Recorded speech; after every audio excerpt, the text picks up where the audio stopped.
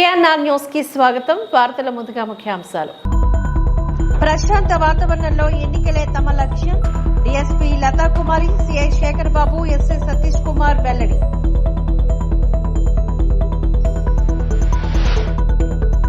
పూసపాటి అదితి విజయలక్ష్మి గజపతి మరియు పార్లమెంట్ అభ్యర్థి కలిశెట్టి అప్పలనాయుడు గారి సమక్షంలో వైకాపా నుంచి తెలుగుదేశం పార్టీలోని సుమారు 30 కుటుంబాలు చేరిక. విశాఖ నగరంలో ఈస్టర్ వేడుకలు ప్రజలు భక్తి శ్రద్ధలతో జరుపుకున్నారు. నగరంలోని వివిధ చర్చిలో జరిగిన ప్రార్థనలో పాల్గొన్నారు. ప్రేమ విందును ఆరగించారు. ఉదయం నుంచి అన్ని చర్చిలు ఆరాధన కార్యక్రమంలో క్రైస్తవ సభ్యులు అధిక సంఖ్యలో పాల్గొని ప్రత్యేక ప్రార్థనలు చేశారు. యేసుక్రీస్తు చనిపోయి తిరిగి లేచిన రోజు ఈస్టర్ కావడంతో ఆ శుభ సమయాన్ని అంతా సందడిగా జరుపుకున్నారు. జీవితంలో ఎదురయ్యే సవాళ్లను చూసి కుంగిపోకుండా ఆ సవాళ్లను మనం జయించగలమనే సారాంశం కూడా ఇందులో ఉందని పలువురు చర్చి ఫాదర్లు తెలియజేశారు.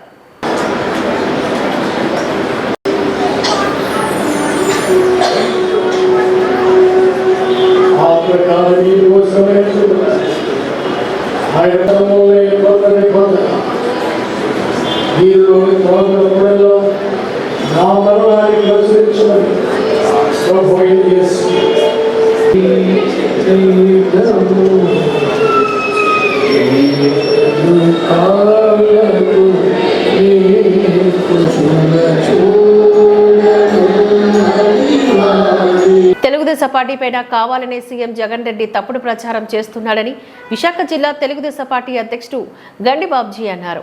ఆదివారం జిల్లా టీడీపీ కార్యాలయంలో జరిగిన విలేకరుల సమావేశంలో ఆయన మాట్లాడారు. టీడీపీ డబ్బున్న వారికి సీట్లు ఇస్తున్నారని, తప్పుడు ప్రచారం చేస్తున్నారని, ప్రచారం చేయడం తగదని చెప్పారు. ఉత్తరాంధ్ర నుంచి నెల్లూరు వరకు బీసీలకు సీట్లు ఇచ్చామని, సీఎం జగన్ రాష్ట్రం నలుమూలల సమన్వయకర్తలు రెడ్డిలను పెట్టుకున్నారని ఆరోపించారు. డబ్బులు ఉంటే మనతో ఎవరు ఉంటారు, డబ్బులు లేకపోతే మనతో ఎవరు ఉంటారు, మీ అందరూ అనుభవించుంటారు ఇవన్నీ. సో నేను ఒకరోజు బాధపడ్డా. ఎప్పుడైనా సరే కష్టపడి పని చేసినప్పుడు ఓటమికి బాధ ఉంటుంది. ఆ ఒక్కరోజు బాధ తర్వాత నేను చాలా ఫ్రీ అయిపోయాను. ఎందుకు ఫ్రీ అయిపోయాను అంటే, నేను రాజకీయమే నా ఐడెంటిటీ అని నేను భావించే మనిషిని కాదు. అక్కడ బీజేపీకి వేస్తే ఇక్కడ మీరు టీడీపీకి వేయాలి, ఇదే తేడా, అంతగానేం లేదు. సో ఇక్కడ మనం ఎంత గట్టిగా పనిచేస్తే ఇదే ఇంప్లికేషన్ అనకాపల్లిలో అప్లై అవుతుంది. తప్పనిసరిగా అక్కడ కూడా అందరం గట్టిగా పనిచేసి, మాకు కూడా అక్కడ కొంచెం పట్టుంది కాబట్టి సీఎం రమేష్ గారిని గెలిపించాలన్న ఆలోచనతో మేము అందరం ఉన్నాం. తప్పనిసరిగా ఆయన కూడా గెలిచారని నమ్మకం నాకు కలిగింది. ఎందుకంటే అతను ఏదో హైదరాబాద్ నుంచి వచ్చాడు కాబట్టి ఏదో దూర బంధువులాగా లేదా దూర మనిషిలాగా కొంతమంది క్యాన్వాసింగ్ చేయడానికి అవకాశం ఉన్నప్పటికీ అక్కడ ఉన్న పరిస్థితుల్లో బ్రహ్మాండంగా మనం గెలిపించుకోవడానికి అవకాశాలు ఎక్కువే ఉన్నాయి. అందువల్ల ఇక్కడ పెద్దలందరినీ కోరుతున్నా, ఎక్కడ ఏమున్నా చిన్న చిన్న పొరపత్యాలున్నా, గొడవలున్నా మనం చదువుకొని ఈ 3 పార్టీలు మనం కలిసి పనిచేస్తే డెఫినెట్గా రేపు రాష్ట్రంలో ప్రభుత్వం ఏర్పడాలి. ముఖ్యంగా తర్వాత మోడీ గారి ప్రభుత్వం కూడా ఏర్పడాలి అక్కడ. లేకపోతే మనం అందరం కూడా ఎంత కేంద్ర ప్రభుత్వం ఉన్నా రాష్ట్రంలో ప్రభుత్వం లేకపోతే చాలామంది ఇబ్బంది పడతాం. చిన్న మీటింగ్ పెడితే అందరినీ అవసరస్తని చెప్పి పొద్దున్నే వచ్చేస్తారు కానిస్టేబుల్. ఇక మనకు రోజు అరెస్టులే ఉంటాయి తప్పితే జనజీవనం కూడా సాగదు మనకి. సో ఇవన్నీ మనసులో పెట్టుకొని ఈ మూర్ఖుని ఎలాగైనా ఓడించాలని చెప్పి మనం అందరం కూడా కంకణం కట్టుకోవాలి. పార్లమెంట్ అభ్యర్థితో పాటు మరి మీకు తెలుసు ఎమ్మెల్యే అభ్యర్థులు కూడా ఉన్నారు కాబట్టి వాళ్ళందరినీ కూడా గెలిపించుకుంటేనే మనకు అందరికీ కూడా మంచిది. లేకపోతే చాలా ఇబ్బంది పడతాం.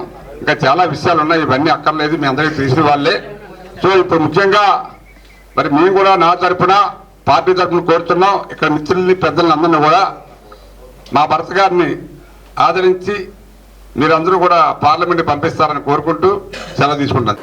దేశాభివృద్ధికి నిరంతరం పాటుపడుతున్న ప్రధాని మోదీని ఎదుర్కోగలిగితేనే ప్రతిపక్షాలు తప్పుడు ప్రచారాలు చేస్తున్నాయని బీజేపీ రాజ్యసభ సభ్యుడు జీవీఎల్ నరసింహారావు అన్నారు.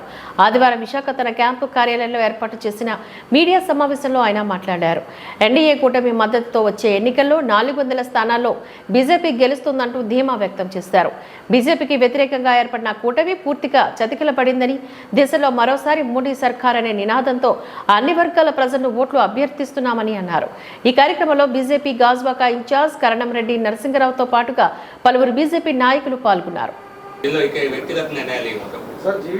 మరోసారి మోదీ సర్కార్ అది కేవలం రాజకీయ పార్టీ నినాదం కాకుండా ప్రజల నినాదంగా దేశవ్యాప్తంగా వినిపిస్తోంది. ఏ లక్ష్యంతోనైతే భారతీయ జనతా పార్టీ ఎన్నికల్లో దిగిందో ఆ లక్ష్య సాధనని ఖచ్చితంగా లక్ష్యాన్ని సాధిస్తామన్నటువంటి నమ్మకం, ఆ లక్ష్యాన్ని అధిగమిస్తామన్నటువంటి నమ్మకం మొదటి ఎన్నికలు అనౌన్స్ అయినటువంటి వారం 10 రోజుల్లోనే ఒక స్పష్టమైనటువంటి సంకేతం ప్రజలందరికీ కలిగింది. 370 సీట్లకు పైగా కేవలం భారతీయ జనతా పార్టీ ఆధిక్యంతోనూ, అలాగే ఎన్డీఏ మెజారిటీ 400కు పైగా ఖచ్చితంగా గెలుస్తామన్నటువంటి ధీమా ఈరోజు దేశవ్యాప్తంగా కనిపిస్తోంది. మనం చూసినట్లయితే ప్రజలకు ఈరోజు ప్రధానమంత్రి నరేంద్ర మోదీ గారికి అసలు ఈ ఎన్నికల్లో ఆల్టర్నేటివ్ అనేది కనపడటం లేదు. ఎటు చూసినా ఇతర పార్టీల్లో అవినీతి, ఒక ఎజెండా లేదు. కేవలం మోదీ గారిని దూషించడం తప్ప, మోదీ గారిని అవమానించి తమ రాజకీయంగా తమేదో శాడిజంగా కామెంట్స్ చేయటం తప్పితే రాజకీయంగా ధీటుగా ఎదుర్కొనేటువంటి ఎజెండా ప్రతిపక్షాల్లో దేశంలో ఎక్కడా కనపడటం లేదు. మరోపక్క అవినీతిలో కూరుకుపోయినటువంటి ప్రతిపక్ష పార్టీలు, ఇండీ కూటమి పేరుతో ఏర్పడినటువంటి బీజేపీ వ్యతిరేక కూటమి ఏదైతే ఉన్నదో ఆ కూటమి పూర్తిగా చతికిలపడింది. ఈరోజు మరోసారి మోదీ సర్కార్ అన్నది ఎన్నికల నగారా మొదటి నోటిఫికేషన్ వచ్చే ముందుగానే సిద్ధమయ్యింది. తెలుగు రాష్ట్రాల్లో కనుక మనం చూసినట్లయితే, దక్షిణాది రాష్ట్రాల్లో మొత్తంగా చూసినట్లయితే గత ఎన్నికల్లో కంటే గణనీయంగా భారతీయ జనతా పార్టీ కాంగ్రెస్ కూటమిపై ఆధిక్యత సాధించనుంది. చాలా మందిలో అపోహ ఉన్నది, గత ఎన్నికల్లో కూడా కాంగ్రెస్ కంటే భారతీయ జనతా పార్టీకి సౌత్లో కూడా కొద్ది ఆధిక్యత లభించింది. ఈసారి ఆధిక్యత మరీ పెరిగేటువంటి అవకాశం ఉన్నది. కర్ణాటక, తెలంగాణ లాంటి రాష్ట్రాల్లో కూడా ఎక్కడైతే కాంగ్రెస్ అధికారంలో ఉందో ఆ రాష్ట్రాల్లో కూడా భారతీయ జనతా పార్టీ విస్తృతమైనటువంటి అభివృద్ధిని సాధించబోతోంది.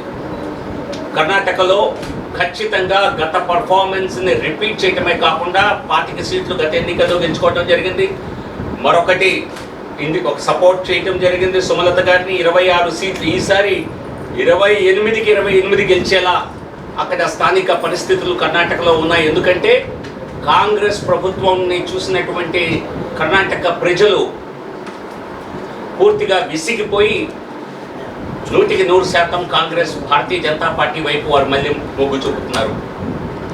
అలాగే తెలంగాణలో కూడా గత ఎన్నికల్లో 4 సీట్లు గెలుచుకున్నటువంటి భారతీయ జనతా పార్టీ ఈసారి డబుల్ డిజిట్, ఒక రకంగా బీఆర్ఎస్ కుప్పకూలిపోవటం, కాంగ్రెస్ విశ్వసనీయత దేశవ్యాప్తంగా లేని కారణంగా భారతీయ జనతా పార్టీ ఈసారి ఖచ్చితంగా డబుల్ డిజిట్ టాలీ తెలంగాణలో సాధిస్తుంది. ఈ విధంగా అలాగే తమిళనాడులో గతంలో ఎప్పుడూ కూడా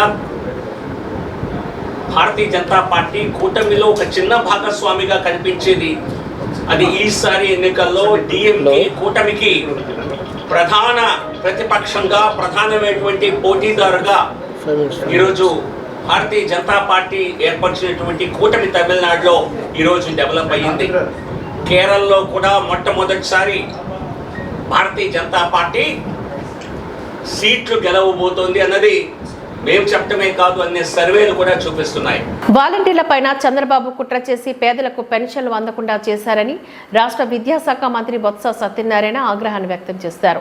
ఆదివారం విశాఖలో వైసీపీ ఎంపీ అభ్యర్థి బొత్స ఝాన్సీతో కలిసి ఏర్పాట్లు చేసిన మీడియా సమావేశంలో ఆయన మాట్లాడారు. పేదవాడి పొట్ట కొట్టడం ధర్మమేనా అని బొత్స ప్రశ్నించారు. పేదవాడికి వచ్చే లబ్ధితో కూడా టీడీపీ కుటిల రాజకీయం చేస్తోందంటూ మండిపడ్డారు. ఇప్పటికిప్పుడు వారికి బ్యాంకు ఖాతాలు తెరిచి పెన్షన్ వేయాలంటే వీలు అవుతుందా? పేదవాడికి వచ్చే లబ్ధితో కూడా టీడీపీ కుటిల రాజకీయం చేస్తోందని అన్నారు. విశాఖ ఆడపడుచుగా తనను ఆస్వాదించాలని ఎంపీ అభ్యర్థి బొత్స ఝాన్సీ కోరారు. పార్లమెంటు మరి మెంబర్గా కూడా నేను పనిచేయడం జరిగింది గతంలో. మరి ఇప్పుడైతే మా ముఖ్యమంత్రి గారు జగన్మోహన్ రెడ్డి గారు మరి స్వంత గడ్డ పుట్టినూరులోని ఈరోజు సర్వీస్ చేయడానికి నాకు ఒక అవకాశాన్ని కల్పించారని నేనైతే వారికి ప్రత్యేకంగా ధన్యవాదాలు తెలియజేసుకుంటున్నాను. ఎందుకంటే నా చైల్డ్హుడ్ అంతా ఇక్కడే, విశాఖపట్నమే, పేరెంట్స్ ఇక్కడే, శ్రీహరిపురం నేను మా పేరెంట్స్ కూడా ఉన్నది. మరి నేను చదువుకున్నా ఇక్కడే, గర్ల్స్ హై స్కూల్స్ అవన్నీ ఇక్కడే చదువుకున్నాను, యూనివర్సిటీలో ఇక్కడే చదువుకున్నాను ఆ స్టడీస్ అంతా. మరి ఈరోజు అలాగే మరి పుట్టినూరు కూడా సర్వీస్ చేసుకోవడానికి, అందులో ప్రధానంగా మన ఉత్తరాంధ్రలోని విశాఖపట్నం అభివృద్ధి అయితే మరి ఇది ఒక గ్రోత్ ఇంజిన్ లాగా ఈ ఉత్తరాంధ్ర ప్రాంతానికి ప్రత్యేకంగా డెవలప్ అయితేనే ఈ ప్రాంతం వెనుకబడతానం పారద్రోలడానికి ఒక అవకాశం కలిగి ఉంటుంది. దాన్ని నమ్మిన దాన్ని గతంలో కూడా పార్లమెంట్లో అనేక సమస్యలు మన ప్రాంతానికి ఏదొచ్చినా సరే మా ఉత్తరాంధ్ర, మా విశాఖపట్నం అని మాట్లాడేదాన్ని. విజయనగరం, శ్రీకాకుళం, విశాఖపట్నం ఏ అంశాలైనా ఖచ్చితంగా వాటిని ప్రస్తావించేదాన్ని. మరి ఆ దాంట్లో దిశగా ప్రధానమైనది మనకి ఇక్కడ ఈరోజు ప్రభుత్వం చేస్తున్న ఒక పక్కన అనేక కార్యక్రమాలు, సంక్షేమ కార్యక్రమాలు, అభివృద్ధి కార్యక్రమాలు రెండింటిని కూడా మరి రెండు కళ్ళలాగా చూసుకుంటూ ప్రతి ప్రాంతానికి కావాల్సినవి అన్ని వర్గాల వారికి ఈరోజు అనేక కార్యక్రమాలు చేస్తూ వెళ్తున్న ప్రభుత్వం చేస్తూ వెళ్తున్నవి. అందులో ప్రధానంగా ఈ ప్రాంతానికి మరి పరిశ్రమల వాడగా పేరొందిన మన ప్రాంతంలో మరి పూర్వం నుంచి అనేక త్యాగాలతో వచ్చిన స్టీల్ ప్లాంట్ లాంటి వాటిని మరి ఈరోజు మనం కాపాడుకోవాల్సిన అవసరం ఉందని ఆనాడే పార్లమెంట్లోనే దీని మీద ప్రస్తావన వచ్చినప్పుడు మాట్లాడి దానికి అవసరమైన దాని సామర్థ్యాన్ని పెంచి ఇవాళ భారతదేశంలోనే అత్యున్నత ప్రమాణాలతో ఇస్తున్న స్టీల్ మాది. కాబట్టి దాన్ని ఇంకా మీరు ఎంకరేజ్ చేసి దానికి అవసరమైన కోల్ మైన్స్, క్యాప్టివ్ మైన్స్ ఇవ్వాలని చెప్పేసి గట్టిగా ప్రశ్నించి వాటి అలొకేషన్ కూడా ఆ సమయంలోని కొంత చేయించుకొని ఆ ఫ్యాక్టరీని నిలబెట్టడానికి నేను ఆ వంతు సహాయ సహకారాలు ఈ ప్రాంత వాసులు నాకు ఇచ్చిన అవకాశంతో మరి ఇక్కడ వారిని కూడా పార్లమెంట్లో వినిపించడానికి ఒక అవకాశం కుదిరిందని మరి ఈరోజు ఒక్కసారి విశాఖ ప్రజలందరికీ కూడా, ఓటర్లందరికీ కూడా విజ్ఞప్తి చేస్తున్నాను. మీ ఆశీర్వాదం ఇవ్వండి. మీ వాయిస్ని, ఈ ప్రాంత సమస్యని పార్లమెంట్లో గళమిప్పి మళ్ళీ ఇక్కడ సర్వీస్ చేసే భాగ్యాన్ని కల్పించి మరి అంతేకాకుండా మరి శాసనసభ్యులుగా పోటీ చేస్తున్న వారందరికీ మీ దీవెనిచ్చి జగన్మోహన్ రెడ్డి గారి నాయకత్వాన్ని బలపరచండి, విశాఖ అభివృద్ధికి చోటు ఇవ్వండి అని చెప్పని మరొక్కసారి అందరికీ మనవి చేసుకుంటున్నాను. ఇవాళ మా పార్టీ లోక్సభ స్థానాలు 25 స్థానాలు ఉంటాయి. ఏదైతే జగన్మోహన్ రెడ్డి గారు వాక్యం చెప్పుకొస్తున్నారు, నా బీసీ, నా ఎస్సీ, నా ఎస్టీ, నా మైనారిటీ అనే మాటని చెప్పి ప్రభుత్వం తాలూకా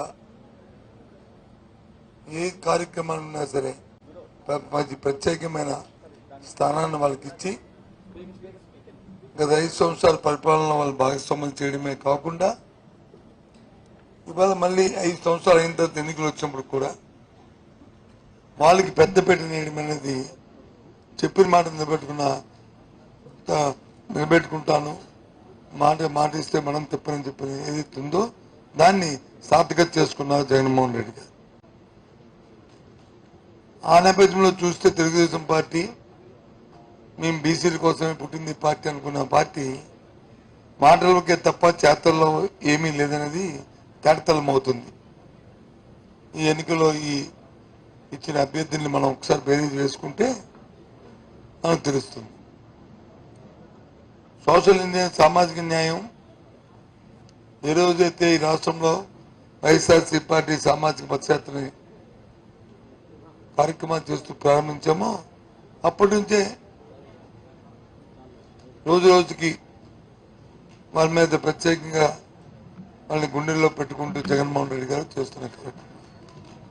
ఉదాహరణకి ఇవాళ 25 స్థానాలు పార్లమెంట్కు ఉంటే సుమారు 68-70% బలహీన వర్గాలకి ఇచ్చాయి.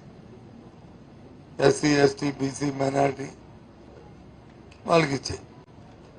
అదే తెలుగుదేశం పార్టీ చూసుకుంటే కనీసం 50 స్థానాలు కూడా ఇవ్వలే. ఓసీలకి ఇచ్చాయి 70 స్థానాలు, 45 స్థానాలు, 60%. రివర్స్ అక్కడికి ఏదైనా చూసుకున్నా ముఖ్యంగా ఉత్తరాంధ్ర ప్రాంతంలోనే బలహీన వర్గాలు ఎక్కువగా ఉన్న ప్రాంతం.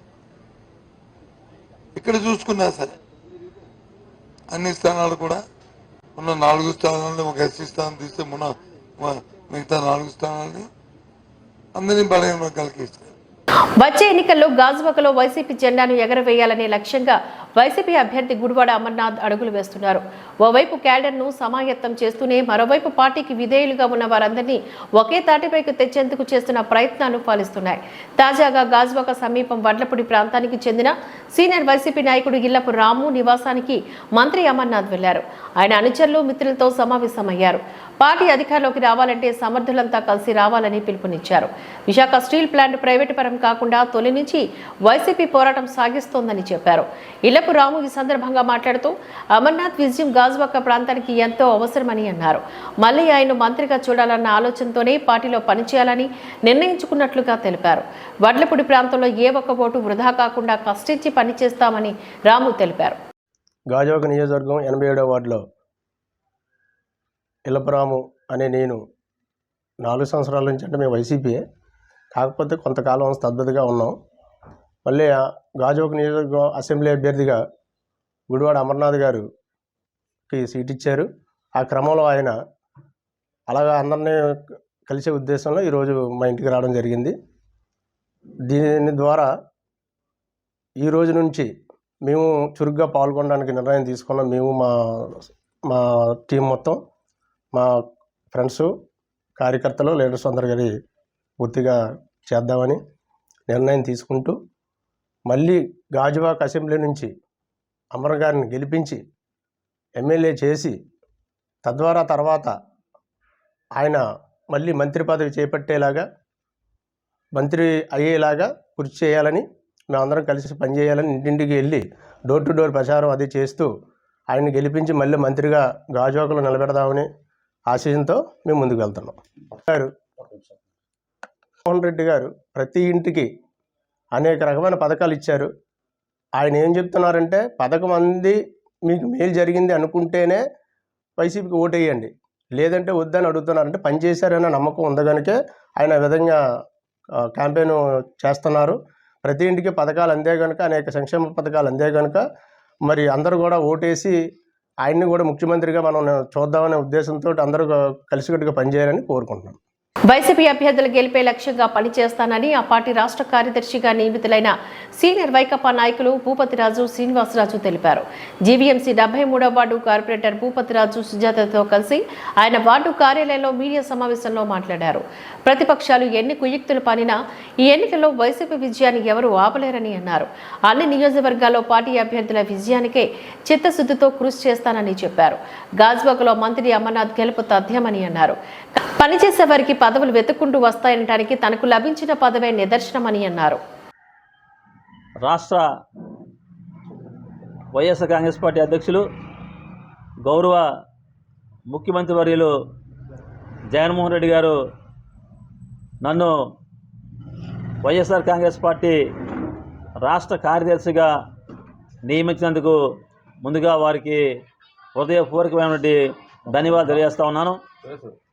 మరి నాకు ఈ పదవికి రావడానికి సహకరించినటువంటి గాజువాక నియోజకవర్గ శాసనసభ్యులు తిప్పల నాగిరెడ్డి గారికి, అలాగే గౌరవ ఐటీ శాఖ మంత్రివర్యులు గాజువాక నియోజకవర్గ వైఎస్ఆర్సీపీ ఎమ్మెల్యే అభ్యర్థి అయినటువంటి అమర్నాథ్ గారికి, అలాగే ఉత్తరాంధ్ర జిల్లాల ఇన్ఛార్జు గౌరవనీయులు రాజ్యసభ సభ్యులు వైవి సుబ్బారెడ్డి గారికి, అలాగే బొత్స సత్యనారాయణ గారికి అందరికీ హృదయపూర్వక ధన్యవాదాలు తెలియజేస్తూ ఉన్నాను.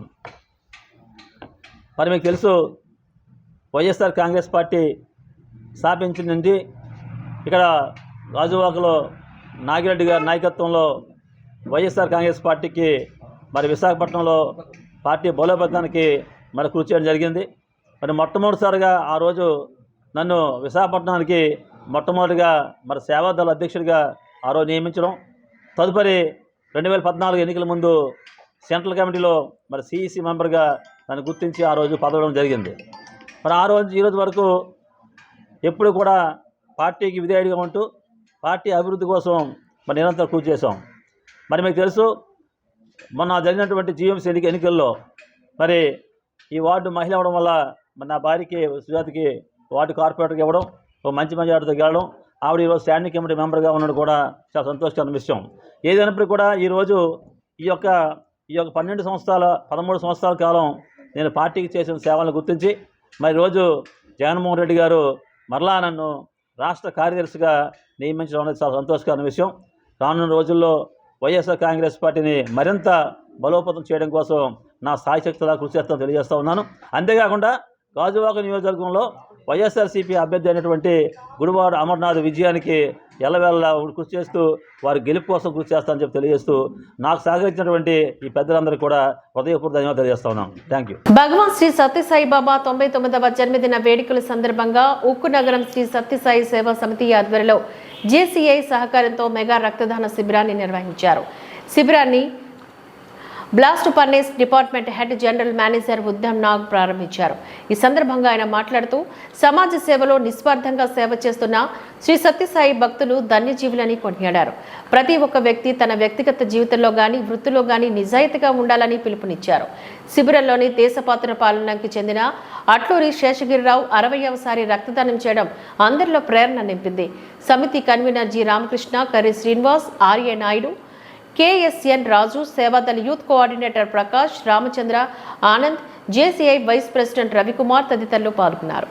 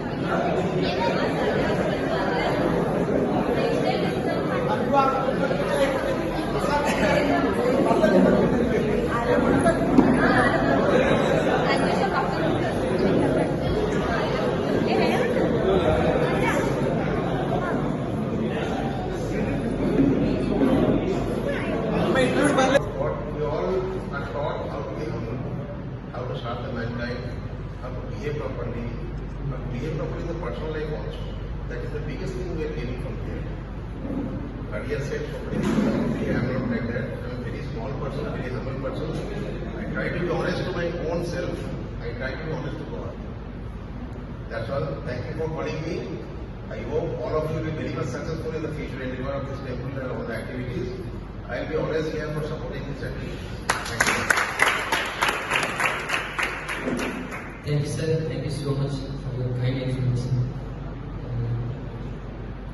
We now today we are conducting 35th donation as well as we and our friends and we are monthly 10 to 12 units we are going to donate in lives who are in need. In this way, sir, Sri Shubhara from TMC is also supporting us in any now he is to you. Sir, ఇప్పుడు కూడా నుండి మన సాయి నేను చూస్తున్నాను. ఎందుకంటే మానవ సేవ మానవ సేవ అని చెప్పేసి ఏదైతే ఉందో అది అక్షరాల నిరూపించడం జరిగింది. నేను అగ్రహం జరిగింది. ఎందుకంటే ఆ సర్వీస్ కూడా మన వారిని వచ్చాం అనమాట. అంటే మనిషికి ఎదురున్నటువంటి మనిషిని మనం గౌరవించి ఆయన కావాల్సిన చేసి మనం చేయకపోతే ఎక్కడ ఉన్నటువంటి దేవుడు కాదు అసలు నిజంగా రియల్గా త్రూ సాయి ట్రావెల్స్ ద్వారా అనంతపురం ప్రాజెక్టు ఎన్నో పెట్టి ఎన్నో సైడ్ చేయడం కూడా జరిగింది. మాట వేరు చేంజ్ వేరు. ఇంటీరియర్ ప్లేస్లో కూడా ఎంతో పేదలకు మినిమం నీడ్స్ విషయం అలాగే విద్య కానీ వాళ్ళకి అలాగే నేను ఎప్పుడు చేసినా కానీ ట్రైనింగ్స్ కూడా ఇస్తూ ఉంటారు. వాళ్ళు ఎప్పుడు వేరే ప్లేస్ చేసినా కానీ 24 hours ఎప్పుడు చేసినా కానీ మన సాయి ట్రస్ట్కి చాలా స్పందించడం జరుగుతుంది. చాలా మంది కూడా యూజ్ చేసుకుని మరో 3 నెలల్లో తెలంగాణలోని కేసీఆర్ కి పట్టిన గతే జగన్మోహన్ రెడ్డికి పట్టబోతుందని బీజేపీ అనకాపల్లి ఎంపీ అభ్యర్థిగా పోటీ చేస్తున్న సీఎం రమేష్ అన్నారు. సబ్బవరం మండలంలోని ఆస్కపల్లిలో జనసేన పార్టీలో స్థానిక ఆస్కపల్లి సర్పంచి కర్రి నరసింగరావు పార్టీలో చేరిక సందర్భంగా జరిగిన సభలో ఆయన మాట్లాడుతూ ఈ వ్యాఖ్యలు చేశారు. స్థానిక యువతకి ఉద్యోగ ఉపాధి అవకాశాల కోసం ఒక ఎస్సీజీ నెలకొల్పేందుకు త్రాగునీరు అందించేందుకు కృషి చేస్తానని చెప్పారు. ఈ కార్యక్రమంలో పార్టీ జనసేన ఎమ్మెల్యే అభ్యర్థి పంచుకల్ల రమేష్ బాబు, పిల్ల జగన్మోహన్ పాత్రుడు, నేతలు ఇందుల వెంకటరమణ, బలిరెడ్డి అప్పారావు, కర్రి కనకరాజు, కంచిపాటి రాంబాబు, సేనాపతి సోమశేఖర్, గండి దుర్గాప్రసాద్, బలిరెడ్డి రామకృష్ణతో పాటుగా బీజేపీ నాయకులు పాల్గొన్నారు. రాబోయే ఎన్నికల్లో ఇప్పుడు ఏదైతే ఈ రాష్ట్రాన్ని దోచుకున్న వైఎస్ఆర్ కాంగ్రెస్ పార్టీ ఉందో, మీరు రోజు టీవీలు చూస్తూ వాళ్ళ పార్టీ పరిస్థితి ఏ విధంగా తయారవుతుందంటే, నేను చెప్తున్నా ఇంకొక 6 నెలల తర్వాత మళ్ళీ నేను ఎంపీగా మీరందరూ నన్ను గెలిపిస్తే ఎంపీగా వచ్చి ఇక్కడే మీటింగ్లో పెట్టి నేను చెప్పింది జరిగిందా లేదా అని మిమ్మల్ని ఆ రోజు అడుగుతా.